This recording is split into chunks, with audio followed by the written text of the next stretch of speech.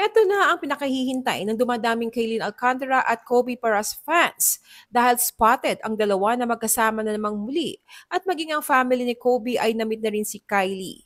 Sa kumakalat na videos habang papalabas ng isang establishment sina Kobe at Kaylin na magka-holding hands ay nakasunod sa kanila ang ama ni Kobe na si Benji Paras. Gayun din ang kuya niyang si Andre kasama rin ang girlfriend nitong swimmer na si Hani Escares.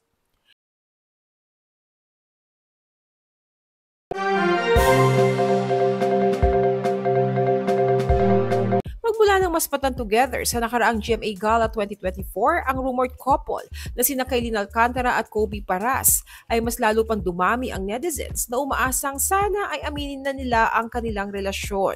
Pagkaman ilang beses na silang naspatan sa iba't ibang pagkakataon na sweet sa isa't isa, ay dinenay naman ni Kobe sa nakaraang interview na may relasyon sila ni Kailin at great friends lang daw sila. Kaya naman ngayong naglalabasan ang mga videos nila ni Kaylin na magka-holding hands habang papalabas ng isang establishment kasama ang pamilya ni Kobe ay marami ang nag-e-expect na aamin na sila sa kanilang tunay na relasyon. Mapapansin na always magka-holding hands sina Kaylin at Kobe na tila ayaw bumitaw sa bawat isa. Sa isang video na isinare sa TikTok ay makikita na kahit nasa likod ni Kaylin si Kobe ay magka-holding hands sila to the point na muntik nang bumangga si Kobe sa pader, pero hindi pa rin ito bumitaw.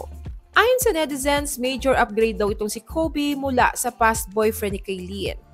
Matatanda ang unang pinag-usapan sina Kaylin at Kobe noong May 19, 2024, kung saan marami ang nakapansin na tila kinuna ng sabay sa isang resto ang kanilang mga social media updates habang nasa isang dinner date. Kasunod nito, May 30, nang i-repost ni Kobe sa IG story ang picture ni Kaylin kasunod ng pagko-comment niya sa mga post ng dalaga. Kumalat rin ang videos nila together noong June 25 habang nasa isang bar sa BGC at habang naglalakad papunta sa parking lot na magka-holding hands din.